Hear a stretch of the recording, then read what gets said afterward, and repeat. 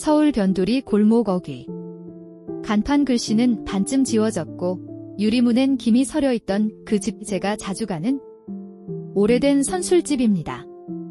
술맛도 그저 그런데 그 집은 사람 냄새가 남아있습니다. 세월이 쌓여있고 말 못할 이야기들이 술보다 진하게 흐릅니다. 천천히. 그날도 저는 사장님 맞은편에 앉아 잔을 주고받고 있었습니다.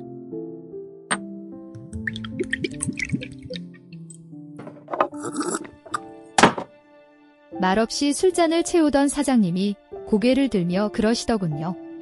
내가 말이야, 애 둘을 엄마 없이 키웠다니까. 잔에 남은 술을 비우시곤 담배에 불을 붙이던 그 손끝엔 그저 시간이 아니라 삶이 묻어 있었습니다. 그날 사장님은 아무 말 없이 오래 묻어뒀던 얘기를 천천히 꺼내기 시작하셨습니다. 그땐 뭐 내가 아니면 그 둘 다 굶어 죽을 판이었으니까. 막내는 겨우 4살, 둘째는 8살, 엄마는 예고도 없이 떠났고 아버지는 술에 빠져 사람 같지 않은 눈으로 숨만 쉬고 계셨답니다. 그 속에서 사장님은 연례, 학교도 꿈도 모두 내려놓고 시장 구석에서 짐꾼 일을 시작하셨다고 했습니다. 나는 공부는커녕 연필 잡은 게 중학교 졸업장이 마지막이야. 그 짧은 말 안에 그 시절이 고스란히 담겨 있었습니다. 뜨겁고 시리고 지독했던 시간들.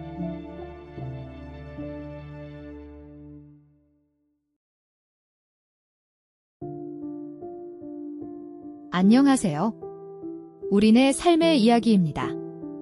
오늘도 한 편의 삶을 조용히 들려드릴게요. 이런 이야기 자주 듣고 싶으시다면 구독과 알림 설정 잊지 마세요. 지금부터 전해드릴 이야기는 누군가 실제로 겪었던 일이며 우리 주변에서도 충분히 일어날 수 있는 그런 이야기입니다.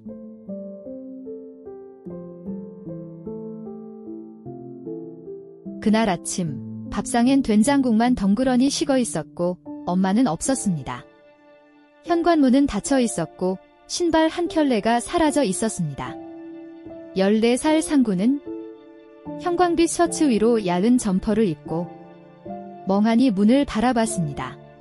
이상하네, 엄마. 시장 간다고도 안 했는데.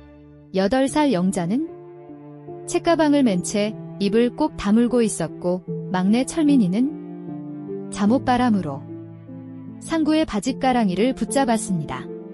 형아, 엄마 어디 갔어? 그 순간 방 안은 숨조차 삼키기 어려울 만큼 조용했습니다.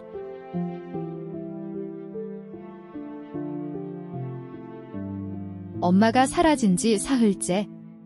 아버지는 술에 취해 말이 없어졌습니다.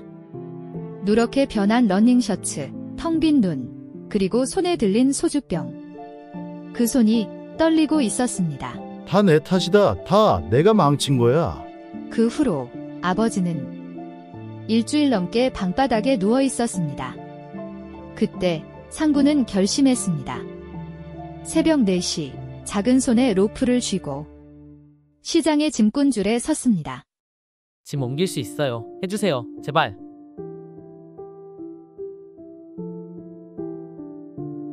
다음 날 아침 영자는 교복 위로 엄마가 접어준 손수건을 걸치고 있었습니다.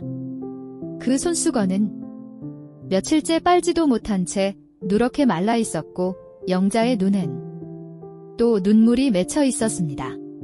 오빠, 나도 학교 안 갈래. 상구는 영자의 눈을 보지 않았습니다. 내 맘대로 해. 영자는 입술을 깨물며 소리 없이 울었습니다. 상구는 그 울음소리에도 등을 돌렸습니다. 며칠 후 아버지는 사라졌습니다. 이번엔 진짜였습니다. 빈 술병 넷, 상한 반찬 2개, 그리고 그 집엔 새 아이만 남았습니다. 오빠, 아버지 안 돌아오는 거야? 상구는 대답하지 않았습니다. 그저 식은 밥을 퍼먹는 척 숟가락만 만지작거렸습니다. 그날 밤 세 아이는 이불 하나 덮고 서로에게 등을 기대며 잠이 들었습니다. 연탄이 떨어졌습니다. 물이 얼고 벽에선 찬 기운이 뚝뚝 떨어졌습니다. 상구는 리어카를 끌고 종이박스를 모으러 나섰습니다. 발은 얼었고 손등엔 상처가 갈라졌습니다. 하지만 그 손엔 연탄 반개 값이 들려 있었습니다. 집에 돌아온 상구는 아궁이에 불을 지폈습니다. 손을 내밀었지만 손끝은 녹지 않았습니다. 내일은 하루치 더 벌자. 그날 새벽, 상구는 종이박스를 가득 실은 리어카를 끌고 언덕을 오르고 있었습니다. 발이 미끄러져 넘어지고 무릎이 찢어졌지만 그는 이를 악물었습니다. 집에 돌아왔을 때 방 안엔 고요가 아니라 이상한 정적이 감돌고 있었습니다. 오빠, 철민이가 이상해. 철민은 이불을 뒤집어 쓴 채 꼼짝도 하지 않았습니다. 입술이 파랗고 몸은 불덩이처럼 달아올라 있었습니다. 왜 이제 말했어? 상구는 손수건에 물을 적셔 철민의 이마를 닦았습니다. 하지만 소용이 없었습니다. 그는 신발도 신지 않고 뒷골목을 향해 뛰쳐나갔습니다. 새벽 6시 아직 약국 문이 열지 않았습니다. 상구는 문 앞에 주저앉아 양손으로 무릎을 꿇었습니다. 문 좀 열어주세요. 제 동생이 죽을 것 같아요. 문이 열렸고 약사는 무표정하게 말했습니다. 현금 있으면 줘요. 상구는 주머니에서 구겨진 100원을 꺼냈습니다. 그러나 그건 턱없이 부족했습니다. 잠시 후 약사는 찬 기색으로 해열제와 소화제를 건넸습니다. 그 손에 상구는 얼굴을 들지 못한 채 작게 인사하고 돌아섰습니다. 약을 들고 돌아온 상구. 하지만 영자는 상구를 향해 소리쳤습니다. 오빠는 왜 항상 혼자 다 해? 왜 우리한테 말 안 해? 철민이 아프다고 몇 번을 말했는데. 상구는 말이 없었습니다. 손에 든 약봉지를 내려놓고 그 자리에 주저앉았습니다. 내가 해야지 누가 하겠냐. 영자는 울면서 철민을 끌어안았습니다. 그리고 그 방 안은 또 한 번 은행기로 가득 찼습니다. 밤이 되었습니다. 철민은 겨우 숨을 고르며 형의 손을 더듬었습니다. 형아, 나 무서워. 상구는 그 말을 듣고 더는 버티지 못했습니다. 그는 고개를 떨군 채 아이 옆에 앉아 소리도 없이 울었습니다. 미안해. 형이 너무 못났다. 그날 밤 눈이 내렸습니다. 새방 창문을 타고 하얀 빛이 스며들던 그때 누군가 문을 두드렸습니다. 오빠 누구야? 상구는 천천히 일어나 문 앞으로 다가갔습니다. 누가 왔을까? 빚쟁이일까? 아버지일까? 아니면 혹시 그는 조심스럽게 문고리를 돌렸습니다. 문 너머엔 누군가가 서 있었습니다. 외투를 입고 모자를 눌러 쓴 그 사람. 그가 천천히 입을 열었습니다. 그 여자는 말없이 서 있었습니다. 회색 외투, 검은 목도리. 얼굴은 반쯤 가려져 있었지만 왠지 낯설지 않았습니다. 엄마야? 상구는 순간 숨을 멈췄습니다. 하지만 이내 고개를 저었습니다. 아닙니다. 엄마가 아니었습니다. 하지만 어딘가 엄마와 닮아 있었습니다. 여기 이상구 씨 집 맞나요? 그녀는 엄마의 이름을 알고 있었습니다. 엄마가 마지막으로 다녔던 식당, 엄마가 항상 차고 다녔던 머리끈의 색까지. 그분, 그러니까 당신 어머님이 제게 생명을 주셨었어요. 상구는 숨이 턱 막혔습니다. 철민은 여자의 다리 뒤에 숨어 그녀를 바라봤고 영자는 말없이 여인의 입술만 쳐다봤습니다. 그 순간 모두가 알았습니다. 이 사람은 엄마의 흔적을 안고 온 사람이란 걸. 그 여인은 낡은 봉투 하나를 꺼냈습니다. 그 안엔 엄마의 마지막 사진이 있었습니다. 병원 복도, 휠체어에 앉은 모습. 그리고 사진 뒤엔 삐뚤빼뚤한 글씨가 있었습니다. 이걸 전해달라고 하셨어요. 새아이들 잘 지내는지 봐달라고. 엄마는 병원에 있었습니다. 마지막 순간까지 아이들을 찾았습니다. 하지만 돌아오지 못했습니다. 여자는 그 마지막을 지켰던 사람이었습니다. 상구는 그 사진을 바라보다 갑자기 바닥에 내던졌습니다. 지금 와서 왜 지금에 와서 엄마 얘기를 꺼내는데요. 여자는 조용히 고개를 숙였습니다. 그땐 제가 너무 어렸어요. 그분이 돌아가신 뒤에야 무언가 해드리고 싶었어요. 상구는 입술을 깨물며 눈을 감았습니다. 그 안에선 14살의 자신이 엄마를 기다리던 그 밤을 계속 반복하고 있었습니다. 사진 아래 봉투 하나가 더 있었습니다.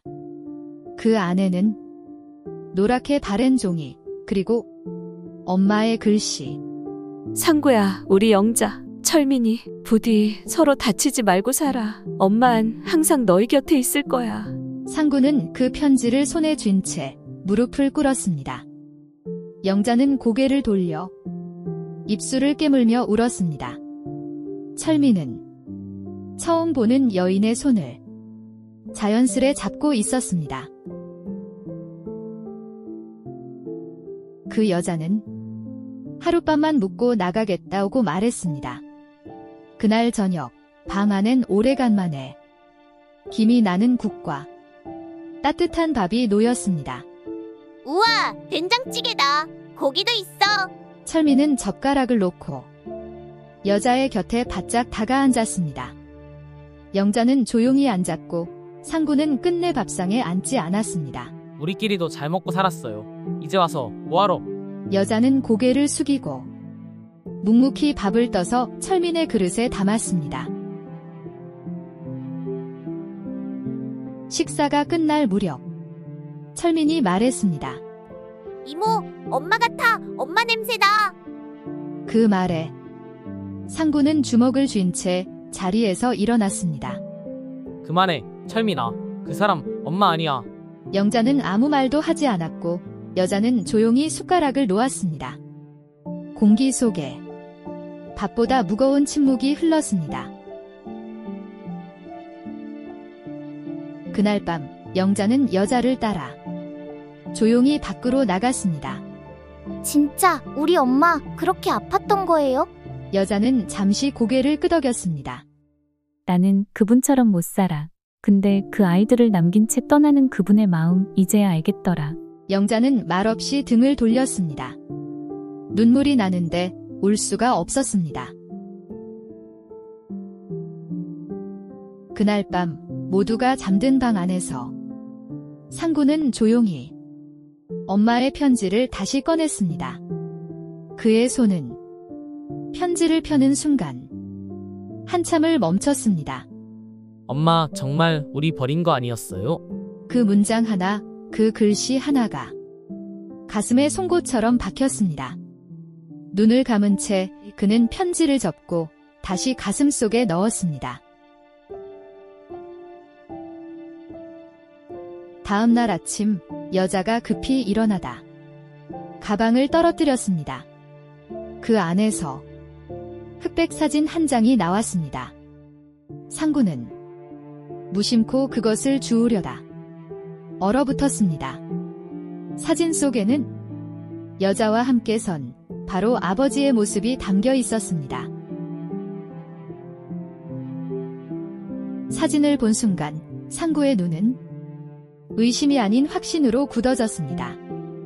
사진 속 남자, 바로 그들 형제의 아버지였습니다. 이건 뭐예요? 왜 우리 아버지가 이 사진에 있어요?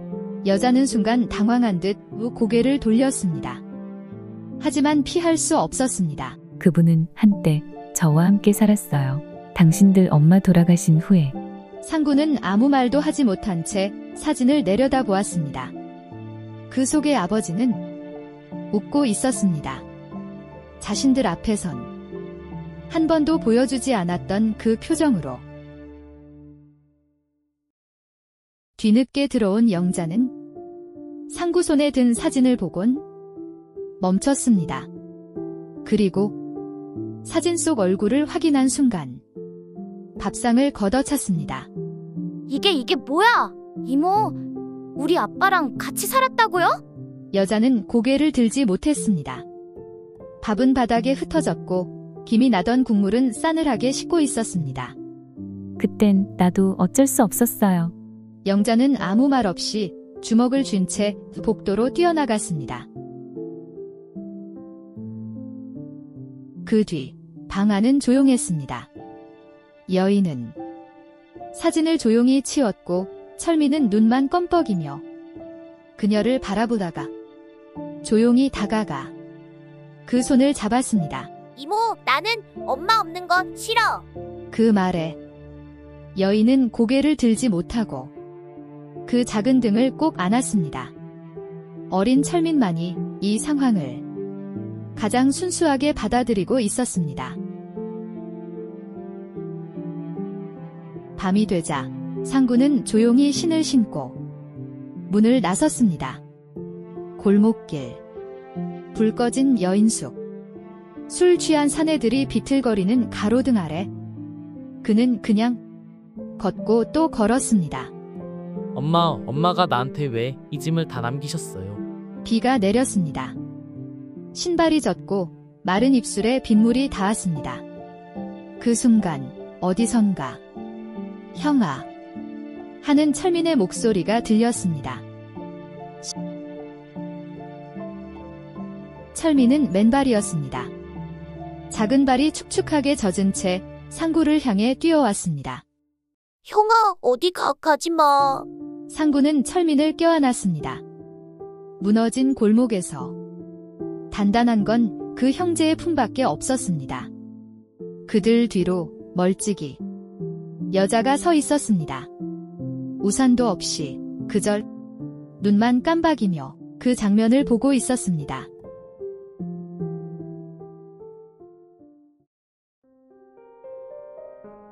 그 밤 아이들이 잠든 뒤 여인은 조용히 상구 앞에 앉았습니다.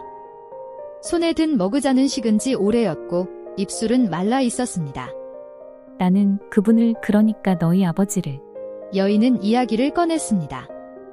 어느 시골에서 서울로 올라와 일하던 시절 엄마를 마지막으로 봤던 날 그 병원에서 아버지를 처음 만났다고 했습니다. 그분은 슬픔이 많았어요. 아이들이 그립다고 매일 술에 취해서 울었어요. 그녀는 엄마가 떠난 뒤에도 아이들을 못 찾아간 이유, 그리고 왜 아버지와 함께 살게 됐는지 천천히 풀어냈습니다. 그녀는 조심스럽게 또 다른 봉투 하나를 꺼냈습니다. 바랜 봉투. 이름이 적혀 있었습니다. 상구에게. 그분이 돌아가시기 전이건 반드시 전해달라고 했어요. 상구는 손을 뻗지 않았습니다. 고개를 숙인 채 입술을 깨물었습니다. 그건 어릴 적 그토록 기다리던 편지. 하지만 지금에서야 도착한 편지. 너무 늦은 진심이었습니다. 다음 날 아침, 상구는 짐을 쌌습니다. 그 여인을 돌려보내겠다고, 더는 끌어안지 않겠다고. 그 순간 영자가 소리를 질렀습니다. 오빠 진짜 뭐야?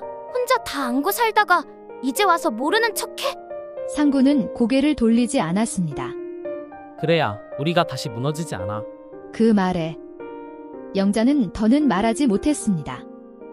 그녀는 울면서 형의 등을 쳤고 그 손은 떨리고 있었습니다. 영자는 우는 철민을 안으며 작은 노트를 펼쳤습니다. 거기엔 철민이 그린 그림이 있었습니다. 우리 가족이라는 제목 아래 상구, 영자, 철민, 그리고 그림 한켠에 조용히 서 있는 여인의 모습이 있었습니다. 그녀는 다른 사람들보다 작게 그려져 있었지만 아이의 마음속에는 이미 그 자리에 자리 잡고 있었습니다. 상구는 그 그림을 보고 조용히 눈을 감았습니다. 그날 저녁, 여인은 조용히 짐을 들고 나가려 했습니다. 말없이 그림자처럼. 하지만 문을 열고 나서는 순간 상구의 목소리가 들렸습니다. 오늘 저녁 국은 내가 끓일게요. 이모는 계란찜 해주세요. 여인은 그 자리에 멈춰 섰습니다. 고개를 떨구고 두 손으로 입을 가렸습니다. 그 문은 잠겨 있지 않았습니다. 그날 저녁, 오래된 솥뚜껑이 들썩였고 방 안엔 된장찌개의 냄새가 퍼졌습니다. 상구는 국을 퍼서 놓았고 여인은 계란찜을 꺼내 놓았습니다. 영자는 말없이 수저를 놓았고 철민은 두 눈이 반짝였습니다. 우리 오늘 진짜 가족 같아. 말 한마디에 방 안은 고요해졌습니다. 그리고 누구도 웃지 않았지만 모두 조금은 가볍게 숨을 쉬었습니다. 며칠 후 상구는 장바구니를 들고 시장에 섰습니다. 그는 고등어를 만지작거리며 값을 흥정했습니다. 이모, 이건 어떻게 손질해요? 여인은 웃으며 다가왔습니다. 상구가 손에 쥔 고등어가 세상의 무게만큼 무겁게 느껴졌습니다. 하지만 그 손은 더 이상 떨리지 않았습니다.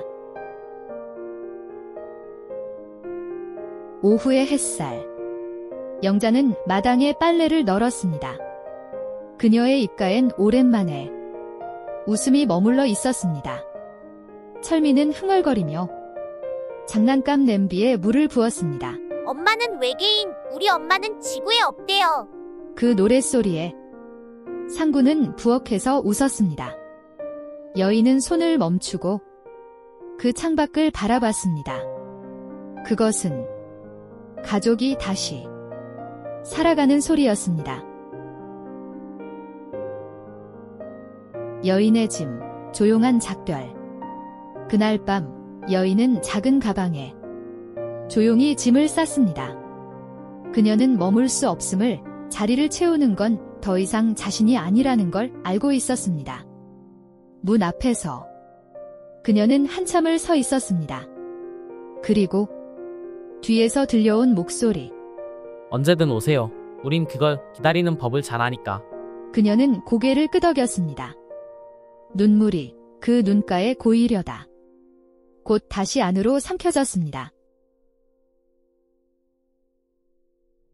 시간이 흘렀습니다. 봄이 다가왔고 방 안의 공기도 부드러워졌습니다. 어느 날 저녁, 세 식구는 나란히 앉아 마른 오징어를 구웠습니다. 철민은 갑자기 상구를 바라봤습니다. 형아, 나는 나중에 커서 형아처럼 될래. 아무리 힘들어도 안 도망가는 사람. 그 말에 상구는 말없이 철민의 머리를 쓰다듬었습니다. 영자는 웃었고 방 안엔 어린 시절이 조용히 지나가고 있었습니다. 어느 날 살림을 정리하다가 창고 구석에서 낡은 우편함 하나가 나왔습니다. 녹슨 철제 뚜껑을 열자 바랜 종이 하나가 구겨진 채 박혀 있었습니다. 봉투엔 이름도 주소도 없었고 다만 흐릿한 글씨로 상구에게 그렇게 적혀 있었습니다. 상구는 묵묵히 봉투를 열었습니다. 안에는 짧은 문장 몇 줄이 남아 있었습니다. 상구야, 나는 끝내 너희 곁에 있지 못했다. 도망친 건 너희가 아니라 나 자신이었어. 그래도 너만은 제발 도망치지 마라. 그 글을 읽고 상구는 천천히 접었습니다. 바람이 불었고 종이는 손끝에서 흔들렸습니다. 그는 편지를 다시 봉투에 넣고 창고 구석에 조용히 그대로 놓아두었습니다. 그건 누군가의 마지막 말이었지만 자신의 삶엔 더 이상 필요 없는 문장이었습니다. 상구는 돌아서며 말했습니다. 난 아빠처럼은 안 살 거야.